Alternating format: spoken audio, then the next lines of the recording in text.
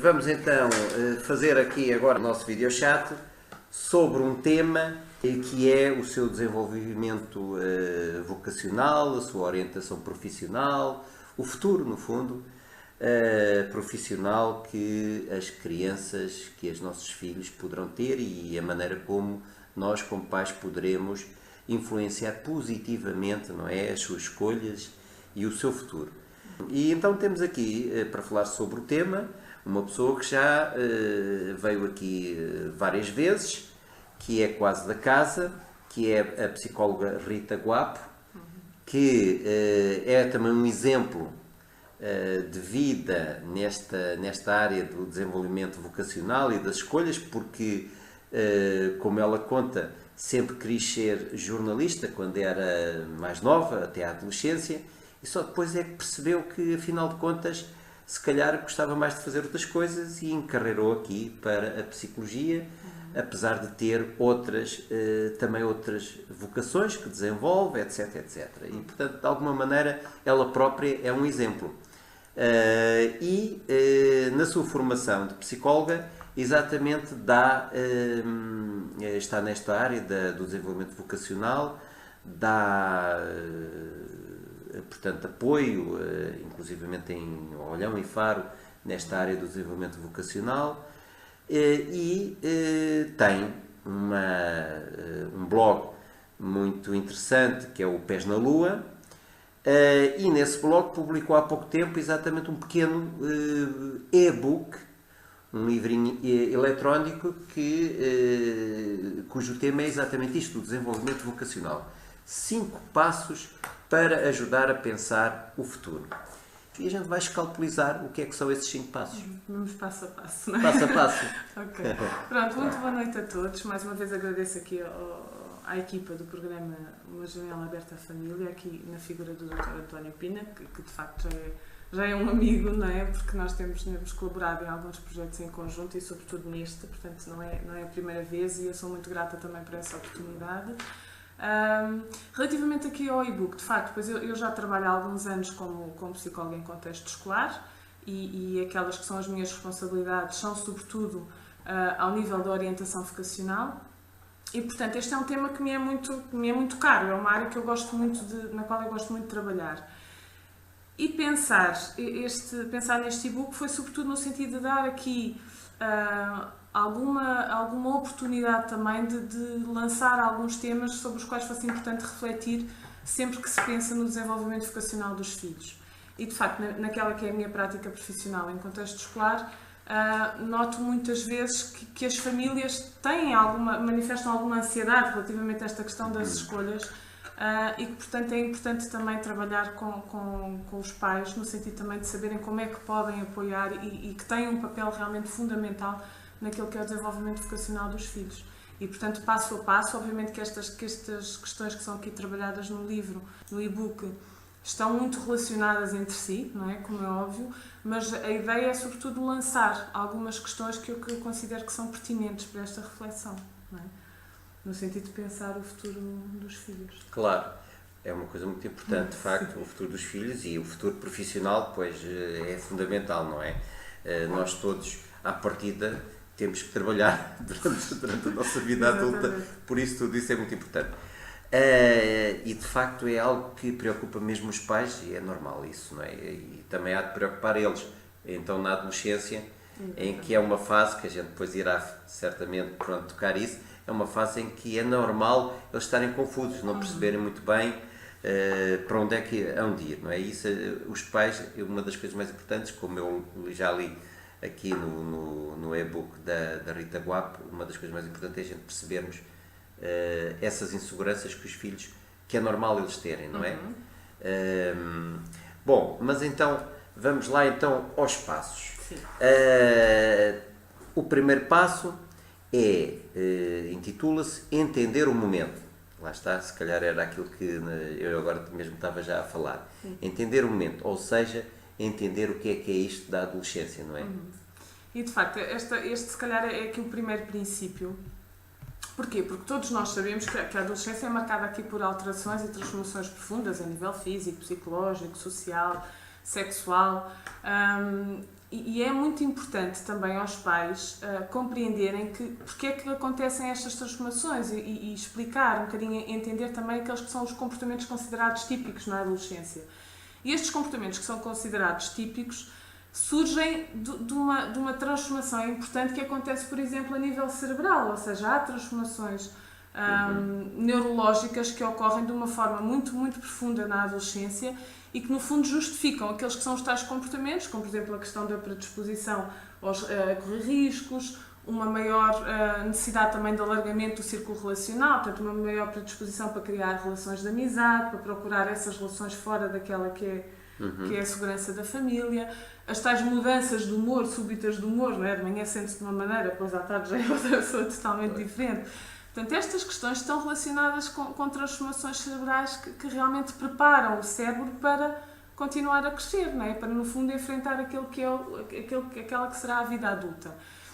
E este entender o momento sobretudo, é sugerido aqui como uma forma de facto, compreender que estas alterações têm que acontecer para que eles consigam preparar para o ingresso no mundo dos adultos e que eles consigam preparar-se também para os desafios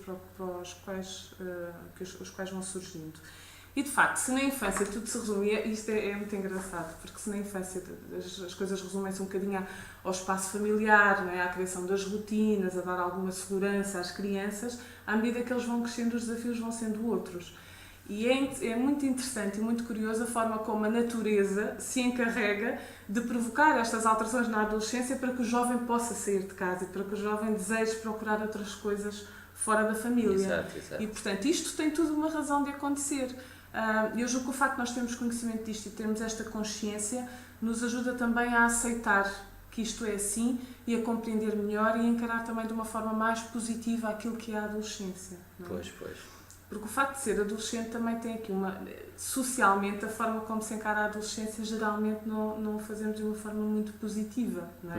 Há uma série de expressões que nós associamos ao desenvolvimento adolescente, sei lá. O adolescente, tu está naquela idade. Não é? Pois dor de cabeça, quem me dera desligar um botão e esperar que isto passasse, não é? E voltar a ligá-lo daqui a 5 anos. Exato. E isto não nos ajuda, de facto, a estabelecer aqui uma relação mais empática e mais próxima com o adolescente. Eu acho que às vezes se os adolescentes lessem aquilo que se escreve sobre eles, não é? Ficariam ofendidos, com toda a certeza, porque de facto às vezes não é muito positivo. É um período de mudanças profundas, sim. É um período de crise, digamos assim. De crise porquê? Porque obriga também a reestruturações importantes no seio familiar, não é? Nós geralmente até chamamos à família dos adolescentes também uma família adolescente, não é? Porque as transformações que ocorrem transformam também todo o sistema familiar e obrigam a um reajuste nas relações familiares também. Mas o entender o momento tem este objetivo sobretudo. Estas alterações são fundamentais ao crescimento e vão permitir-lhes fazer face aos desafios com os quais se vão deparando. E portanto é neste sentido também que surge aqui a história a história do risco, não é, deles arriscarem mais, tem a ver com o de tentarem ver os seus limites, não é, e testarem as suas competências, não é, competências essas e testes esses que depois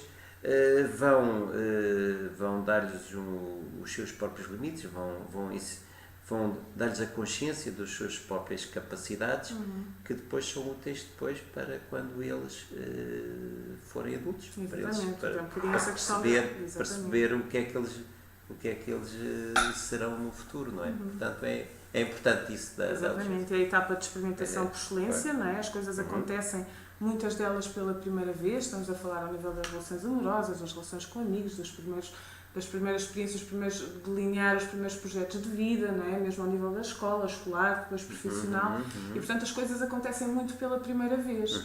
E há uma questão também interessante, que às vezes é geradora deste embate às vezes dos pais com os filhos, que é a discrepância de idade que existe e os desafios que são inerentes a cada uma das idades. Geralmente os pais adolescentes têm entre 35 e 55 anos, por aí. E se nós pensarmos em que momento de vida estão e em que momento de vida está o jovem, não é? São momentos totalmente diferentes, não é? E se o jovem está precisamente nessa fase que o Dr. António falava de experimentação, não é? Da novidade, da questão da independência, da procura de uma maior autonomização, e de viver tudo pela primeira vez, relações de amizade, amorosas, etc. Contrariamente a isso, os pais estão num momento totalmente diferente, não é? Em que já têm as amizades mais consolidadas, Claro. a vida profissional está mais estabilizada, não é? Portanto, a forma como se vivem as coisas é totalmente diferente. Pois. E isto é interessante pensar também, porque muitas vezes é isto também que provoca aqui algum conflito, não é? E às vezes alguma dificuldade de entender os desafios pelos quais o adolescente está a passar. E, portanto, é preciso, às vezes, e há uma coisa que eu gosto muito de, por vezes, sugerir aos pais, que é o pensar o adolescente que fomos, não é? Voltar um bocadinho atrás e recordar aqueles que foram os nossos desafios, não é? E a forma como nós fomos sendo capazes de lidar com eles. Isso, lá está, aproxima-nos mais uma vez daquilo que é o nosso adolescente. Exato. E torna-nos mais empáticos também, porque de facto é assim, todos nós já fomos adolescentes. Claro. Tendemos a esquecer-nos desta questão, mas se a trouxermos à tona, é mais fácil esta empatia, não é? Porque é uma coisa pela qual nós já passamos. Exatamente. Obviamente que isto não é com o objetivo de querer que eles o façam da mesma forma, ou que os passos sejam os mesmos, e já vamos falar sobre isso mais à frente, mas lá está, aqui para favorecer esta proximidade, esta conexão com o adolescente que é tão fundamental no sentido de superar em conjunto aqueles que são os desafios. Exatamente. Pois é, temos que perceber o que é que nós fomos. Eu, por acaso, lembro-me de ter, em tempos, ouvido falar que, geralmente, claro que os adolescentes são todos diferentes, existe alguns adolescentes que conseguem passar esse período de uma forma até pacífica e calma, há esses, e depois há os outros que não conseguem. Eu ouvi mesmo já dizer que havia uma regra, mais ou menos, que seria um terço que fazem uma adolescência sempre conturbada, outro terço mais ou menos, e o outro que parece que passam por aquilo sem problemas.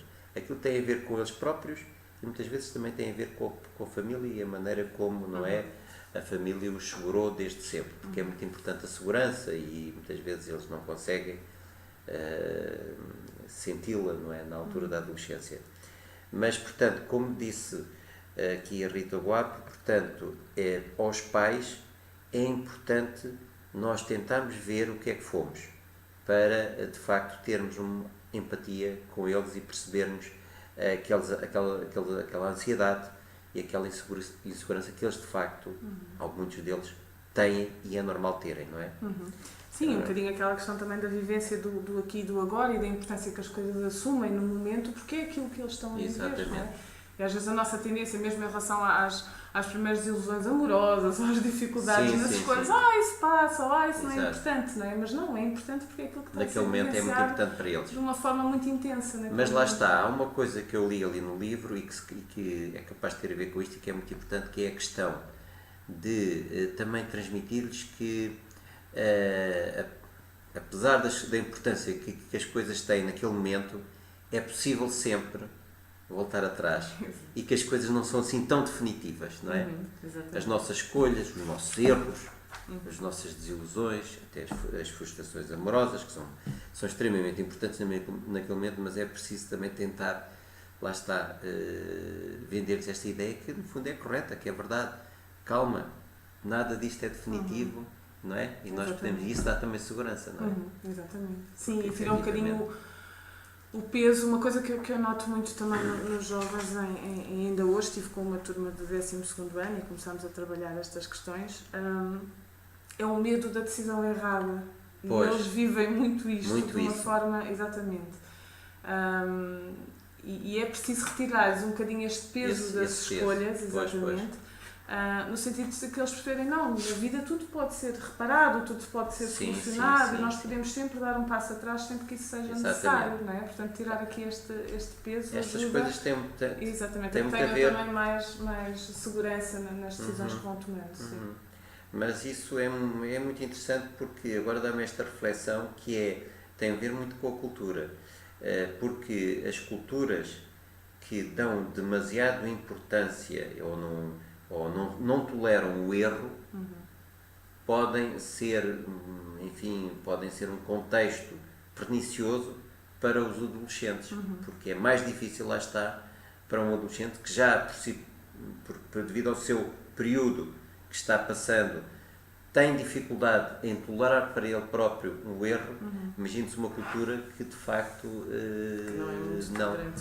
não é tolerante. É muito importante nós tolerarmos os erros e neste caso isto é importante porque para eles perceberem que podem escolher-se uma determinada via, uma determinada profissão, mas que aquilo também pode não ser aquilo e podemos ter que voltar para trás. E isso pode dar e substituí-la por outra e escolher outros caminhos, exatamente. Não temos só um caminho pela frente. Temos muitos, felizmente. Tá bom. Bom, portanto, isto relativamente ao tal primeiro passo, entender o momento. Portanto, os pais terão que fazer um esforço, evidentemente, para ter empatia com aquele momento que o filho está a passar. Portanto, recordar e inclusivamente partilhar histórias, lá está no livro, sempre que possível, porque no fundo é importante o diálogo entre pais e filhos, aproveitar de facto as suas próprias histórias para ter esse diálogo com os filhos e, portanto, partilhá-las e assim criar uma ligação que pode ser de segurança, não é? E pode aliviar, no fundo, esta conturbação deste período para estes adolescentes. Ok. Este é o primeiro passo, não é? Sim. Ora bem, quanto ao segundo passo, diz-lhe que é pensar nas escolhas como um processo. Estas coisas estão todas associadas e têm todas muito a ver com aquilo que a gente já falámos para o primeiro passo. Pensar nas escolhas como um processo. O que é que isto quer dizer? Pronto, isto tem a ver também com o facto, portanto, o processo de desenvolvimento vocacional é um processo que ocorre desde que nós nascemos até que nós morremos, não é? A questão da orientação vocacional é o apoio que é dado em determinados momentos momentos do percurso escolar, não é? Naturalmente e normalmente ao nível do 9º ano, não é? Portanto, sempre que eles têm que tomar decisões e fazer escolhas que têm a ver com o seu futuro escolar e depois com o seu futuro profissional, mas o desenvolvimento vocacional lá está, acompanha-nos ao longo de todo o nosso crescimento. Sim. E, portanto, é importante também pensar nisto como um processo e não só num objetivo específico. Muitas vezes esta questão também destas ansiedades, e são muitas nossas ansiedades enquanto pais e enquanto mães, em relação ao futuro dos nossos filhos. Porquê? Porque muitas vezes nós nos focamos naquele que é o objetivo, naquele que é o resultado, digamos assim. E ao fazê-lo, para além de ficarmos também mais ansiosos, sobretudo porque o contexto social também não é muito favorável ou não é muito fácil, no sentido de pensarmos no futuro dos nossos filhos de uma forma também mais otimista e mais positiva, portanto é preciso fazer esse esforço. Mas o mercado de trabalho de facto está em constante mudança, não é? E cada vez mais surgem novas profissões, terminam outras, não é? E isto é preciso ter esta noção no sentido de os ajudar também a compreender aqueles que vão ser os seus desafios, não é? E está numa mudança tão grande que se calhar as crianças que agora estão a entrar para o pré-escolar muito provavelmente vão ter profissões que ainda nem sequer existem, não é? Portanto é difícil preparar os filhos, nós não sabemos muito bem para quê, não é? Portanto o futuro é um bocadinho imprevisível e realmente existe esta mutação no mercado de trabalho. E portanto devemos pensá-lo sim no projeto vocacional dos nossos filhos como estando em constante construção e em constante mudança e no fundo ir dando resposta aos desafios que vão surgindo passo a passo, mais uma vez, não é? Porque uma das coisas também que sinto no trabalho com jovens é isto, não, eu tenho que decidir agora, porque a decisão que eu tomar agora, por exemplo, no 9º ano, é a decisão que vai marcar o resto da minha vida. E isto não é verdade, não é? Em relação, por exemplo, à tomada de decisão do 9º ano, e podemos falar aqui um bocadinho sobre isso também, o desafio que se coloca é efetivamente escolher um agrupamento de ensino. Um agrupamento, não é? Existem neste momento quatro saídas nos cursos regulares, digamos assim. Temos o curso de Línguas e Humanidades, Ciências e Tecnologias, Artes Visuais e Ciências Socioeconómicas e depois temos muitos cursos profissionais, não é? De muitas áreas diferentes. Mas de acordo com aquela que é a minha opinião e o sentir também naquela que é a prática como psicóloga escolar, afunilamos cedo demais, não é? Porque temos estas 4 grandes áreas e os cursos profissionais que são imensos, mas no fundo estamos efetivamente a obrigar os jovens do 9º ano, que é um jovem de 14 ou 15 anos, a tomar uma decisão que vai, no fundo, ali, aqueles 3 anos de ensino secundário vão ser focados naquelas áreas, ou nas ciências, ou nas partes das histórias e das línguas, ou na parte da economia, ou na questão mais artística ligada às artes visuais. E eles têm muito medo que isto depois acabe por marcar a vida deles. Pois é, pois. E, portanto, é importante também pensar nestas escolhas como passo a passo. Ok, o desafio agora é escolher um agrupamento que tenha mais a ver com aqueles que são os meus interesses, os meus valores, neste momento. Ok? Porque depois deste percurso eu vou poder, se for necessário, se achar que não é esta área, fazer esta mudança. Pois. E o sistema de ensino também está organizado, apesar de compartimentar muito logo a partir do 9º ano, que se calhar é uma fase um bocadinho precoce para que isto aconteça, mas é assim que as coisas estão neste momento organizadas, permite alguma flexibilização, ou seja, um aluno que tira um curso, por exemplo, de Línguas e Humanidades, em algumas universidades pode ir para a gestão de empresas, por exemplo, não tendo tido a matemática, porque a específica que é pedida pode ser o português ou a filosofia, por exemplo. Portanto, há alguma flexibilidade e é preciso também tirar este peso no sentido, não, temos este é o panorama que tu tens para o 10º ano e, portanto, é sobre isto que nós vamos trabalhar, perceber aqui a área que vá mais ao encontro daquelas que são as tuas necessidades neste momento, sempre passível também de ser alterado. Aliás, os alunos também no 10º ano têm um momento de experimentação também, portanto eles podem, até ao final do primeiro período, mudar de área se entenderem que aquele curso não corresponde àquelas que são as expectativas criadas. E, portanto, é preciso um bocadinho também, lá está, isto é um processo, vamos tomar uma decisão passo a passo à medida que os desafios forem surgindo, não é? E isso dá-lhes também maior segurança, maior tranquilidade. Não é? Pois. E é um processo, e tudo aquilo que faz parte do processo contribui para aquele que é o nosso crescimento enquanto alunos, enquanto pessoas. Essa flexibilidade se dá segurança a eles e dá segurança aos pais. Também, porque é muito importante para os pais perceberem que as decisões não têm só aquele sentido e a gente pode depois, enfim, virar um pouquinho, não é? E cada vez mais, lá está, cada vez mais os percursos vão ser estes, não é? E uma das coisas que é preciso também transmitir e trabalhar é precisamente isto, como o mercado de trabalho está em constante mudança, aquela ideia do emprego para a vida deixou de existir, não é? E esta geração que começa agora a entrar no mercado de trabalho é a primeira geração que vai efetivamente materializar no terreno esta realidade, não é? E é preciso transmitir-lhes isto e é preciso trabalhar com eles no sentido também de perceberem se efetivamente vão ser muitos os desafios e se efetivamente, se calhar, a maioria dos jovens que começa agora a criar os seus projetos e a ingressar no mercado de trabalho, se calhar vai ter, em média, sei lá, 5 ou 6 ou 7 empregos ao longo da vida, porque esta vai ser a realidade, não é? Que competências é que são necessárias para fazer face, não é? A esses desafios. Exatamente. E as competências que vão sendo cada vez mais valorizadas neste mercado de trabalho são precisamente a questão do espírito crítico, a questão da criatividade, a questão da cooperação, do trabalho em equipa, não é?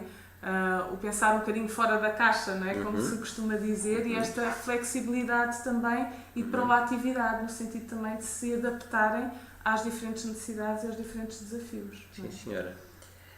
Eu também li ali, e é uma coisa que eu acho que é muito importante, é que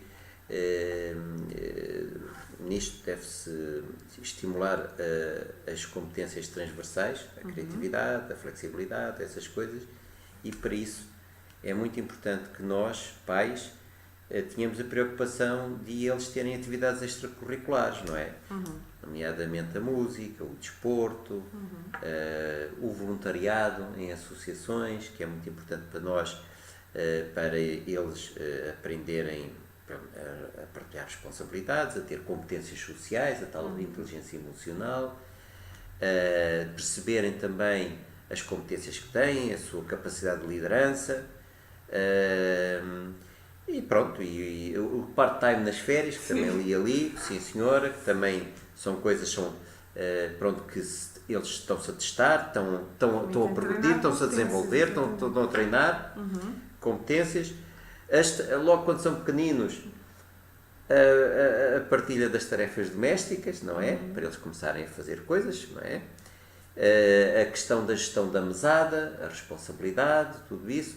Portanto, tudo coisas que fazem parte do seu percurso e que depois poderão dar e que bons, desenvolvem estas desenvolvem competências tudo isto, que não é? vão ser fundamentais. Que vão ser fundamentais quando forem grandes. Exatamente. E aqui o papel da família ainda é mais, eu acho que aqui é importante salientar isto, o papel da família na promoção e no estimular a que essas coisas que estava a falar aconteçam, é ainda mais fundamental. Porquê? Porque, de facto, o sistema de ensino atual ainda não favorece destas competências. É muito redutor. Exatamente. Portanto, nós sabemos todos que a criatividade é fundamental, que a cooperação é fundamental e eles vão ser fundamentais, mas continuamos a ter um sistema de ensino muito focado no resultado, na individualidade, na competição. Portanto, não estamos a favorecer isto ainda na escola, apesar de, obviamente, já surgirem, infelizmente, há algumas mudanças e algumas alterações, portanto eu acho que devagarinho chegamos lá, mas não estamos ainda a ensinar os jovens a serem pensadores, digamos assim, não é? A terem tal espírito crítico, a saberem cooperar e ajudar e a trabalharem em conjunto.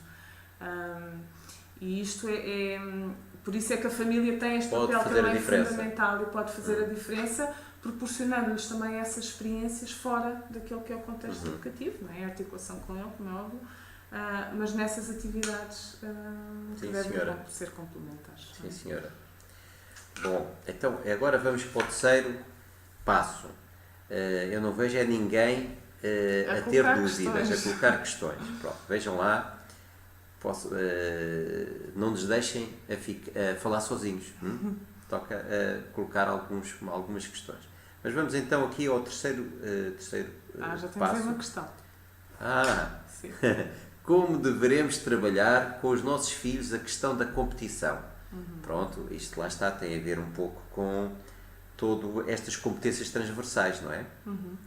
Pronto, essa questão da competição é muito alimentada, lá está. Nós somos, e eu posso partilhar aqui convosco também, que uma das questões a que mais assisto também agora a jovens no ensino secundário tem muito a ver com esta questão, esta preocupação com o ser o melhor, não é? Este foco no resultado dos testes, não é? Porque no fundo eles continuam a ser medidos por aquilo que é o resultado no teste e no final do período e não valorizamos mais uma vez o desempenho, muitas vezes, daquilo que fazem. E portanto é um sistema de ensino, é uma sociedade muito competitiva. E a questão que colocam aqui, como é que devemos trabalhar com os nossos filhos a questão da competição, em que sentido? Serem menos competitivos, compreenderem esta questão da cooperação, do trabalho em equipe e da vantagem que isso traz? Pois, eu julgo que, ou interpreto esta pergunta como até que ponto devemos estimulá-los para a competição, se isso é bom, até que ponto isso é mau, não é? E eles deixarem de colaborar e ter o tal espírito de equipa, não é? Bom. Eu acho que é precisamente como eles já são tão estimulados para a tal competição e para a individualidade, é preciso fazer o trabalho, não é? O outro trabalho. Exatamente, que estimula a cooperação e o trabalho em equipe e que os faça entender que juntos chegam mais longe. Exatamente. E sobretudo valorizar o esforço naqueles que são os objetivos, não é? Ok, não interessa se o resultado neste teste não foi tão bom como tu esperavas, interessa que tu deste o teu melhor, não é? Que tu trabalhaste para que isto acontecesse e, portanto, é isto que tem que ser valorizado. Provavelmente os mais competitivos são aqueles que são capazes de colaborar e de fazer equipas. Aqueles que vão mais longe são aqueles que conseguem trabalhar em equipa. Exatamente. E pronto, portanto, o importante é fazer o resto, não preocupar-se muito com isso. E lá está, daí a sugestão também daquelas atividades, tudo o que possa expandir aquele que é o horizonte relacional dos jovens, obrigá-los a integrarem outros grupos fora daquele que é o contexto da família e daquele que é o contexto escolar, associarem-se a causas humanitárias, não é? Tudo isto vai permitir a que eles tenham que trabalhar competências que lhes permitam, lá está, integrar-se nesses desafios que se colocam nos diferentes contextos. Exatamente. E para além disso, alargam também aqui o contacto com outras pessoas, não é? Isto obriga mais uma vez a ser capaz de estar com o outro e a ser capaz de colaborar com o outro em objetivos comuns. Sim. Isto é fundamental. Exatamente. Olha, só uma nota final, relativamente à competitividade, julgo que, e eu como pai também penso que tentei transmitir isso, sim senhora, nós temos que tentar ser o melhor possível, Mas temos que aceitar que não somos os super-homens. Temos que aceitar que não somos os melhores do mundo. E nem temos que ser. E, portanto, também temos que, se calhar, desdramatizar isso, não é? É um pouco aquela história da tolerância ao erro. E também tolerarmos dentro de nós mesmos e transmitirmos isso aos nossos filhos, que eles não têm que ser os melhores do mundo em tudo, né? Portanto, têm que saber perder. Tem que dar o seu melhor. Isso é que é importante. Tem que dar o seu melhor, é isso não mesmo, tem que ser os melhores. É isso mesmo. Mas mais uma vez somos nós, enquanto sociedade, enquanto pais, muitas vezes que estimulamos isto, não é? Nós temos miúdos do pré-escolar e do primeiro ciclo a fazerem cerimónias de bênção das pastas no pré-escolar. Isto acontece, não é? Nós estamos cada vez mais a querer que as coisas aconteçam mais cedo e a dar uma importância muito grande. A questão das provas de aflição, por exemplo, no primeiro ciclo, nós temos miúdos com idades, não é, entre os 6 e os 9 anos completamente aflitos porque vão ser sujeitos a uma prova, não é? Portanto, esta coisa da competição e do resultado, mais uma vez, é uma coisa que é muito estimulada por nós enquanto sociedade, e depois faz com que eles cheguem, depois desenvolvam algumas situações depois de ansiedade, desempenho, por exemplo, angústia, e é muito, muito frequente em jovens no ensino secundário, vê-se muito isto em relação aos resultados dos exames. Ora, está aqui uma pergunta que a gente podemos já comentar. Acha imprescindível a aplicação dos testes vocacionais para melhor orientá-los? Pois, porque de facto, eu, depois de ler aqui o livro aqui da Rita Guapo, eu não vi lá nenhuma menção a testes vocacionais. Porque são opcionais, não é? Também. Não acho imprescindível, atenção. Acho que podem ser importantes. Porquê? Porque, no fundo, o objetivo da avaliação vocacional é o autoconhecimento, não é? E o autoconhecimento é fundamental para a tomada de decisões também. E aquilo que se faz ao nível da avaliação vocacional é o quê? Avaliam-se aqueles que são os interesses, as coisas que o jovem gosta de fazer, naquele momento, lá está. Avaliam-se a questão dos valores, não é? O que é que aquele jovem valoriza, não é? Quais são os seus valores de vida. Porquê? Porque conhecer aqueles que são os nossos valores ajuda-nos a pensar em ambientes profissionais ou escolares que possam ser mais favoráveis àquilo que nós valorizamos. Não é? Por exemplo, para um jovem pode ser importante, muito importante, o prestígio ou a remuneração, não é? E portanto é importante que tenha, que escolha, faça uma escolha que lhe permita realmente progredir profissionalmente, para que isso contribua para a sua satisfação. Para outro jovem pode ser muito importante a possibilidade de poder ajudar o outro, de poder manter o contacto com outras pessoas e, portanto, essa pessoa que tem esse valor, que valoriza isso, estará mais satisfeita e será mais feliz num ambiente profissional que lhe permita também explorar esse valor, não é? Que lhe permita estar em contacto com os outros, por exemplo, não é? Portanto, a avaliação que é feita ao nível dos interesses, dos valores e das competências também, embora eu acho que esta questão da competência para mim já vai sendo um bocadinho abandonada, porque acho que depois acaba por ser um bocadinho também limitativa, digamos assim, não é? E nos tira um bocadinho aquela ideia de que realmente nós podemos trabalhar as nossas competências ao longo da vida e podemos desenvolvê-las, não é? Mas por vezes o objetivo da avaliação das competências é definir áreas fortes, não é? Daquele jovem, portanto áreas em que ele à partida terá naturalmente mais facilidade de fazer as suas conquistas e as suas aprendizagens. Portanto, não é imprescindível, mas muitas vezes pode ser um fator, lá está, como vai contribuir para que eles se conheçam melhor e conheçam aqueles que são os seus interesses e os seus valores, pode ajudar aqui a definir as áreas escolares e profissionais que naquele momento vão mais ao encontro daquelas que são as suas necessidades, não é? Sim. Para além disso, o processo de orientação vocacional também, nesta questão dos testes vocacionais, tem outra parte muito importante, que é a questão da exploração da informação escolar e profissional. E isto é uma coisa que pode ser feita com o profissional de orientação, a entrevista vocacional, mas pode também muito ser trabalhado e deve ser trabalhado em família desde sempre, não é? Não é só no momento de tomada de decisão. Portanto, isto são questões, começar a falar das profissões, começar a estimular também que possam conhecer amigos próximos da família ou profissionais. Portanto, perceber aqui que áreas é que lhes interessam e explorar de uma forma muito prática esses interesses também. Porque a informação é aqui muito importante. Não é? Quanto mais informação eu tiver sobre as áreas que me interessam, também mais facilmente eu vou ser capaz de tomar uma decisão em relação a isso. Portanto, uma coisa que eu muitas vezes não vejo ser referido, mas me parece muito fácil para verificar os interesses e as competências dos jovens é, por exemplo, verificar quais são as disciplinas que eles mais gostam na escola, não é?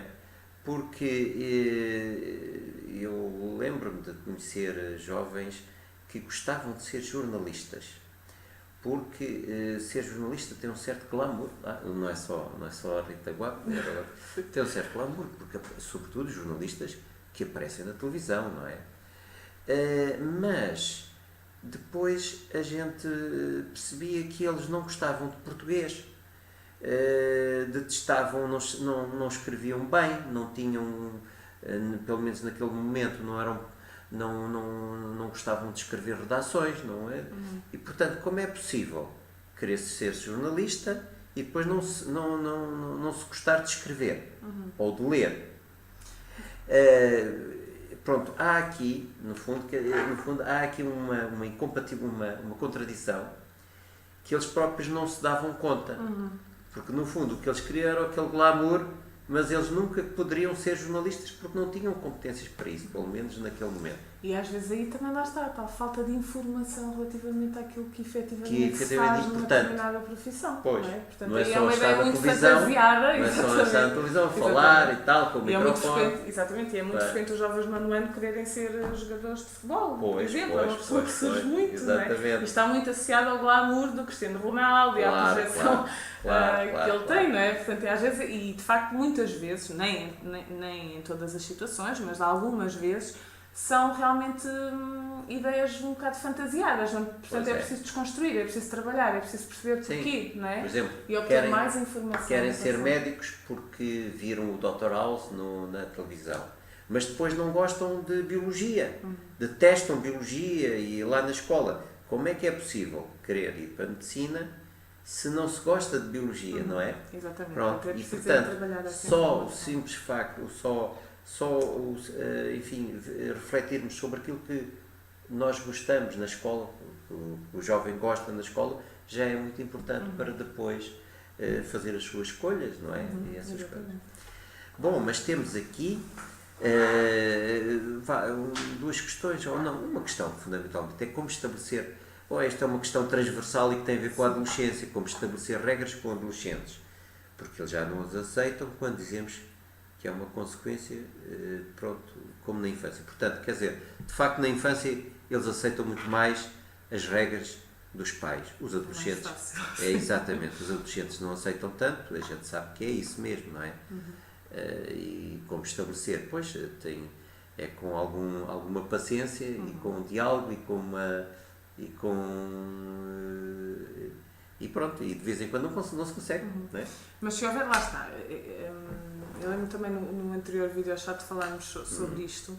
A adolescência prepara-se desde o momento em que eles nascem, não é? Exatamente. E portanto, esta questão das regras e daquilo que é aceito numa determinada família é trabalhado desde que eles são crianças, não é?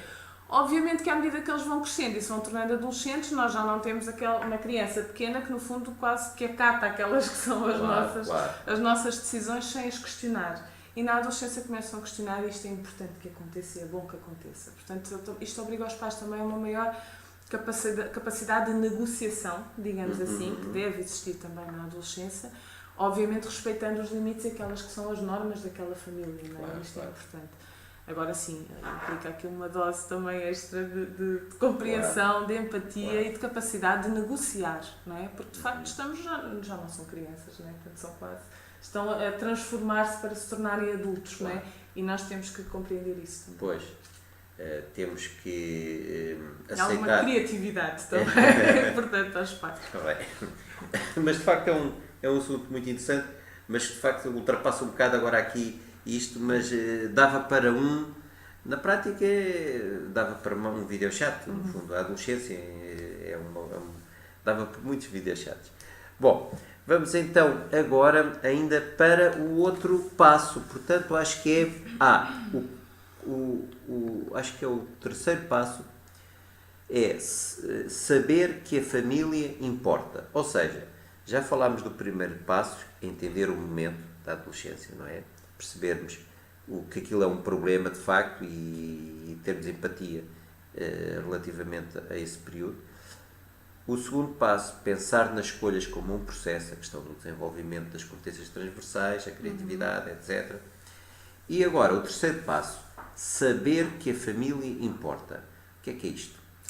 Pronto, isto tem a ver aqui com um bocadinho tranquilizar e apaziguar aquelas que são as ansiedades também dos pais, Sim. muitas vezes em relação a isto. Porque um dos mitos de que se fala sobre a adolescência é precisamente que os adolescentes querem ver-se livres dos pais e não precisam deles para nada. Exatamente. E muitas vezes é isto que eles nos fazem sentir. Atenção, lá está, através dos tais comportamentos que têm, uma explicação. E que é muito neurológica, como já falámos também. E de facto, existe portanto, os adolescentes são desenhados para agir socialmente, digamos assim, portanto, esta procura, como já falámos, esta procura também do alargamento relacional, procurar o círculo de amigos, né? Trabalhar no sentido de fora da família, né? Na criação destes vínculos também fora da família, é fundamental e é importante, não é?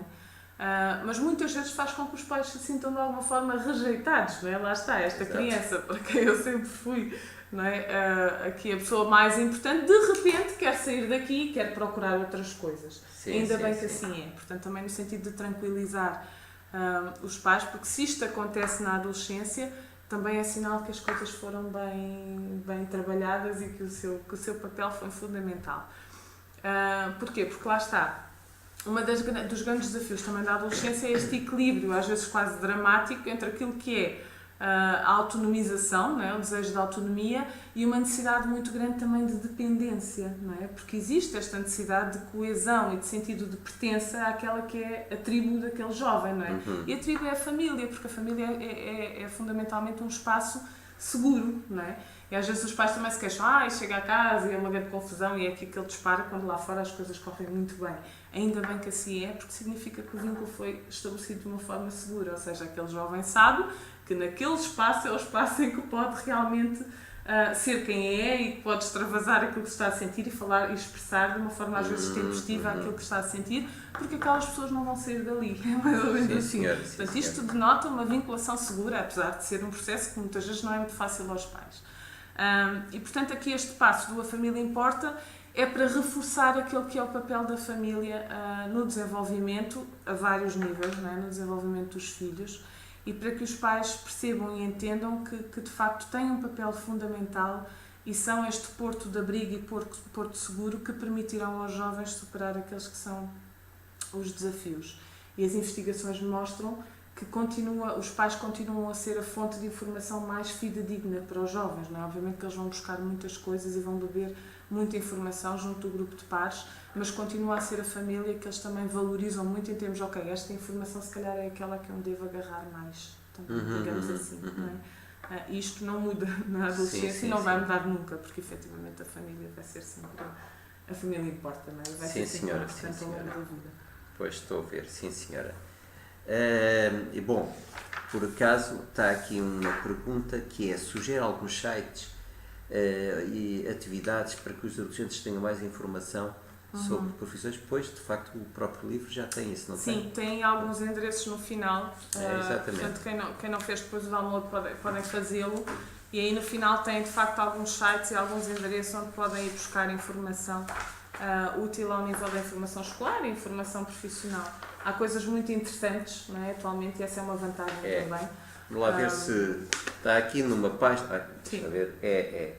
Cá está, penso que dá para perceber nesta página vários dos sites. Mas pronto, haverá. Sim. Podem fazer depois, pesquisar essa informação. Aqui, relativamente a esta questão da família importa, qual é o papel da família também nestas questões e algumas das coisas que estão sugeridas também aí no e-book têm a ver sobretudo com estas questões do manter, por exemplo, a participação na vida escolar dos filhos, não é? Nós sabemos que quando as crianças estão no pré-escolar ou no primeiro ciclo, a participação dos pais nas reuniões da escola, por exemplo, é muito ativa, não é? Nós vemos lá os pais vão às reuniões, falam com as pessoas, procuram saber aquilo que está a acontecer. Exato. E à medida que os filhos vão progredindo no sistema de ensino, esta participação começa a diminuir. E não é por a pedido dos adolescentes, é os próprios pais. Exatamente. Os pais não gostam que os adolescentes se afastem deles, mas são eles próprios que se afastam deles na altura nesse período da escola, pelo menos na altura. Portanto, é? Exatamente. Parece que não são só eles que se afastam, os adolescentes, os pais Parece também. que eles deixam de precisar deste nosso. Não é? Esta articulação escola-família é fundamental e é importante que os pais mantenham esta participação ao longo do crescimento escolar dos filhos também e que se interessem também por perceber o que é que acontece na escola, por conhecer aquele que é aquela que é a organização do sistema de ensino também, do sistema de ensino português, não é? Que cursos existem, que opções existem, quais são as características das diferentes opções que eles têm disponíveis, portanto, e esta participação permite isso mesmo, não é? Exatamente. E é fundamental que isto aconteça também. Aliás, há uma coisa interessante com os adolescentes, é que apesar de eles, por vezes, transmitirem que não se interessam por aquilo que os pais pensam deles, mas a verdade é que eles sentem-se muito magoados se perceberem que os pais se esqueceram deles, se esqueceram, por exemplo, de ir à escola, saber como é que eles andam na escola. Porque essa ausência de cuidado e de preocupação que eles veem nos pais magoa-os, não é? Exatamente, e é muito sentido. E às vezes é preciso, a tarefa aqui, às vezes dura aos pais, é precisamente o aprender a ler nas entrelinhas, digamos assim, ou aprender a entender para além daquele que é o comportamento naquele momento do adolescente, ou para além daquilo que ele está a dizer, porque ele pode dizer, não me vais buscar à escola, e obviamente que há aqui coisas que claro, já tem que ter cuidado. O adolescente não quer que o pai lhe dê beijinhos à porta da escola, ou que o leve à entrada de carro, não é? Muitas vezes.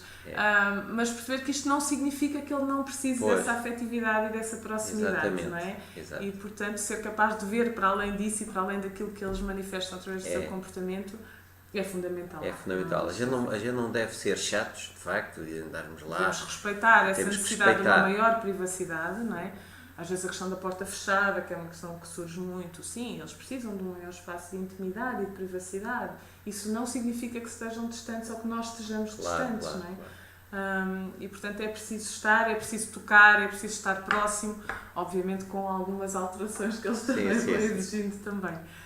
Ainda aqui esta questão do papel da família. Pode ser importante também em casa, criar momentos também de reflexão. E estes momentos, lá está, também tirar aqui um bocadinho a ideia de que estas informações devem ser transmitidas ou refletidas em família em momentos solenes, não é? Afastar aqui um bocado a ideia de, olha, agora vamos falar sobre a orientação vocacional, sobre as profissões. Não, nós vamos aproveitar os momentos do cotidiano da família, as refeições à mesa, os momentos em que vamos ao supermercado, as viagens no carro, para trazer temas que no fundo são importantes àqueles que são as etapas o dia a dia. Exatamente. Tentarmos encontrar as oportunidades do dia a dia. Um bocadinho estas conversas, tirando-lhes aquele peso, porque senão a resposta vai, agora não quer nada disso, ou não estou para ir virar agora e não vamos jogar, não me chateias.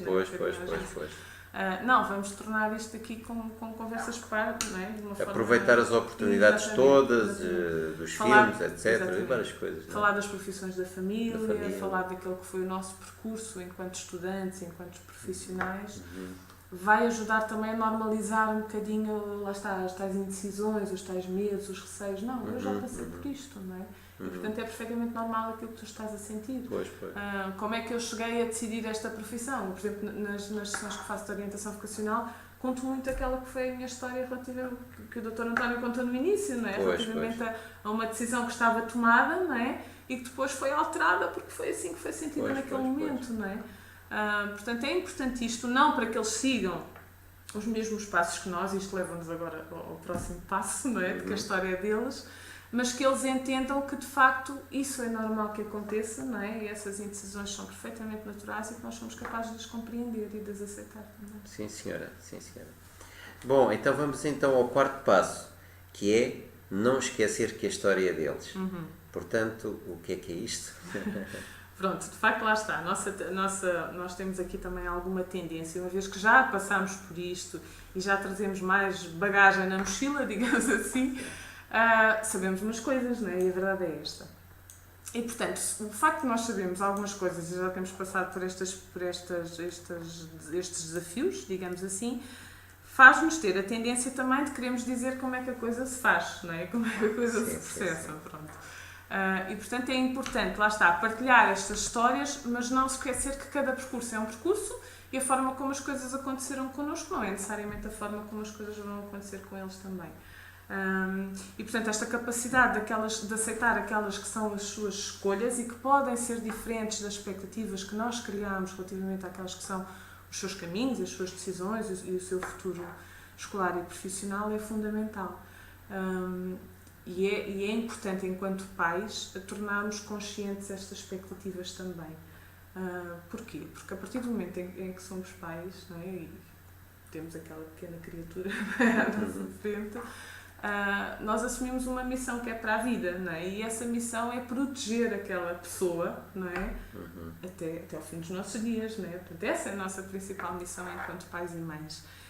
E este desejo e esta missão de os proteger faz com que muitas vezes, com a melhor das intenções, não é? Nós procuremos que eles sigam determinados caminhos porque achamos que esse vai ser o caminho mais seguro, não é? E mais feliz e mais, não é? Mas isso é aquilo que nós achamos, não é necessariamente aquilo que eles vão achar e vão sentir. E portanto é muito importante aqui dar-lhes este espaço. E em relação às decisões profissionais, é difícil porquê? Porque, como falávamos há pouco, o ambiente, não é? O ambiente, o contexto social em que nós estamos, não é? Com as taxas de desemprego, não é? Com tudo aquilo que se ouve, não é? Com a quantidade de jovens que têm cursos de ensino superior e depois não estão a trabalhar na área contrariamente àquilo que desejavam, é um bocadinho assustador, não é? E é um bocadinho contrário àquela ideia que nós temos que os proteger, e então temos que os proteger disto também, não é? E temos que os ajudar a construir aqui, seguir um caminho que é mais estável, não é? Que é mais seguro. E isso muitas vezes faz-nos pensar, por exemplo, num determinado curso, numa determinada faculdade, porque achamos que assim vai ser mais fácil para eles. Mas efetivamente não é o curso X ou a faculdade Y que no fundo vão garantir que eles vão sentir satisfeitos naquele que é o seu percurso e que no fundo vão ser felizes na vida que escolherem. Não está relacionado, não é? E de facto um profissional que depois está desmotivado porque aquela não é uma área que lhe alimenta aquilo, não é? Aquela que é a sua paixão, é uma pessoa infeliz, não é? E de certeza queremos esta segurança, mas queremos sobretudo o seu bem-estar e a sua felicidade, não é? E isso pode passar por um percurso diferente daquilo que nós imaginamos para eles. E é importante ter essa consciência também. Sim, senhora. Portanto, nisto de não esquecer que a história é deles, a gente pode falar com eles sobre, podemos dizer que não concordamos se calhar com aquela opção, por causa disto, por causa disto e daquilo, mas temos que aceitar se ele tiver boas razões, e a melhor razão de todas é ele gostar daquilo ou ser mais feliz naquela área. Não é? E se calhar é um bocadinho ajudar aqui a abrir outras alternativas também, não é? A aumentar aqui o leque de opções, não é? Sugerindo também, olha, vamos pensar aqui sobre outras coisas relacionadas também, e portanto aí aumentar aqui a alternativa e em conjunto explorarem diferentes opções. Está bem. Porque às vezes a nossa tendência, nem penses que essa profissão não tem emprego, não é? Estamos a fechar portas, estamos a fechar um canal de comunicação, não é? Estamos a impedir que eles também peçam a nossa ajuda no sentido de explorarem isto. Portanto, explorar muito, obter muita informação, tornar todas as alternativas viáveis enquanto nós estamos a pensar sobre elas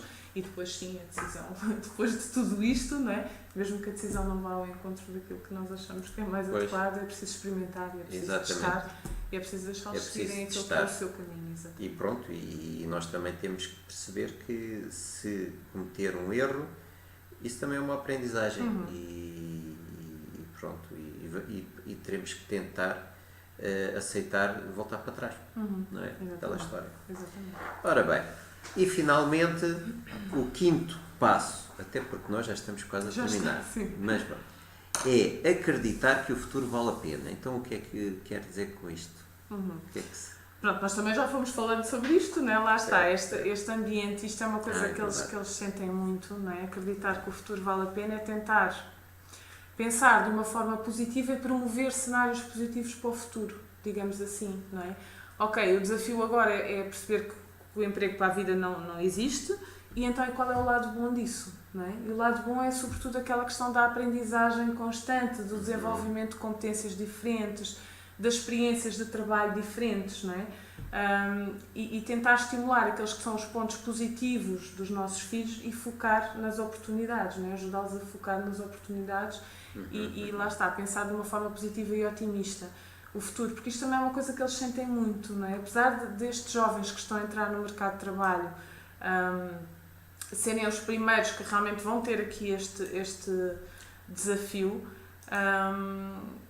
e à partida estariam mais disponíveis para pensar, à partida estarão mais disponíveis também para se adaptarem a isso, porque no fundo também cresceram num momento de crise, não é? Muitos deles até viram muitas vezes os pais perderem empregos, não é? Portanto estão habituados a ouvir estas notícias, mas isto ainda é entendido também de uma forma negativa, digamos assim.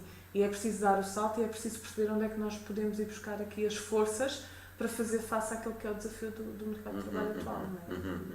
Destas escolhas também. Sim, senhora. E os pais têm um papel fundamental neste sentido, porque muitas vezes o discurso acaba por ser também muito derrotista e muito negativista, porque nós absorvemos aquilo que se passa à nossa volta, claro. Não é? Temos que ver também as coisas positivas, o lado positivo do copo, a parte cheia. Nessas oportunidades. Aliás, eu penso que crise quer dizer também oportunidade. Exatamente, sim. Não sei se é em chinês, mas por trás de uma crise há sempre também oportunidade. E pronto, e a seguir uma crise há uma parte que não tem crise. Portanto, depois a seguir à tempestade vem a bonança e o futuro é isso. Exatamente. É uma sucessão de tempestades e bonanças e tal. E o sucesso é a capacidade de persistir de insucesso em insucesso, segundo já ouvi dizer também. Da mente resiliente, não é? Resiliente a resiliência de enfrentar os obstáculos e superá-los de uma forma positiva. Exatamente. Penso que foi o Churchill que disse qualquer coisa assim. Sucesso é ter a capacidade de continuar apesar dos insucessos. Exatamente. Pois, então olha, acho que isto foi um sucesso, aqui o nosso videochat, porque estou aqui a ver uma pessoa a dizer que gostou. Muito obrigada, também gostei muito de estar aqui. Eu gostava só aqui de vamos terminar, não é? Sim. Eu queria só terminar aqui com uma frase que eu anotei aqui antes de ir para aqui, e que eu gostava aqui de partilhar convosco, que é uma frase que eu gosto muito do Agostinho da Silva. Eu vou cometer aqui a ousadia de mudar aqui uma palavra nesta frase, um bocadinho no sentido em relação àquela que é a nossa missão enquanto pais nesta tarefa. E enquanto pais eu acho que temos aqui sobretudo de ensinar duas coisas: ensinar o quão extraordinário é o mundo e ensinar a ser bastante largo por dentro para o mundo todo poder entrar. E eu acho que este é o desafio, não é? Uma perspectiva positiva e também uma perspectiva de crescimento e de capacidade também de absorver tudo o que de extraordinário acontece, não é? Isto é muito importante. E, portanto, acho que este é um dos nossos desafios e uma das nossas missões nesta tarefa também.